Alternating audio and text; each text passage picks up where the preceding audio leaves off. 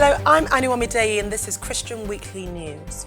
Some Christian aid workers are part of a multi-faith organisation that has chosen to take the command to love your enemies quite literally.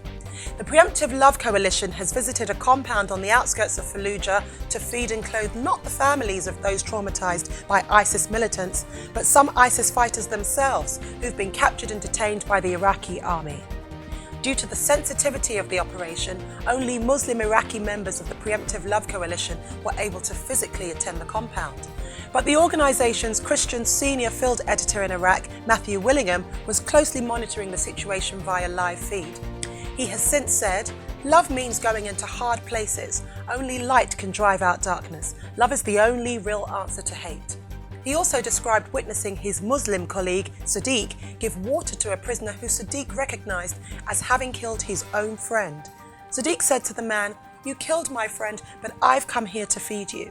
Some ISIS prisoners reportedly wept and kept saying, I'm sorry, whilst others were said to appear overwhelmed with guilt. Prior to the operation, PLC worked closely with an extensive Iraqi network, some of whom warned against the trip. But Mr. Willingham said, "We always want to be careful, we don't want to come across as cowboys, but we also don't want to live exclusively by the principles of risk management."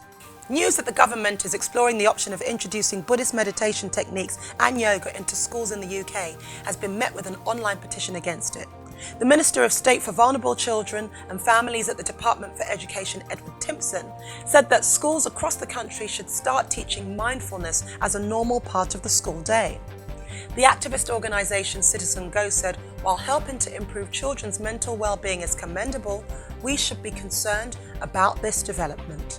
It continued, the introduction of mindfulness into schools would amount to the introduction of a particular state-sponsored religious practice. In other news, Team GB's Paralympic swimmer Bethany Firth publicly thanked God after winning her second gold medal at the Rio Paralympic Games.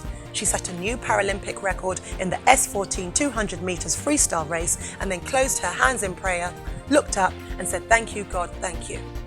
She also thanked her church alongside her family and supporters back in Northern Ireland. And finally, the pastor of one of the United States' fastest growing churches has resigned after openly confessing that he is tired, broken and needs rest. Pete Wilson pastored Crosspoint Church in Nashville for 14 years and has the support of the elders in the church following his decision. He said he's been leading on empty for some time and that leaders who lead on empty don't lead well. I'm Omideyi and this is Christian Weekly News.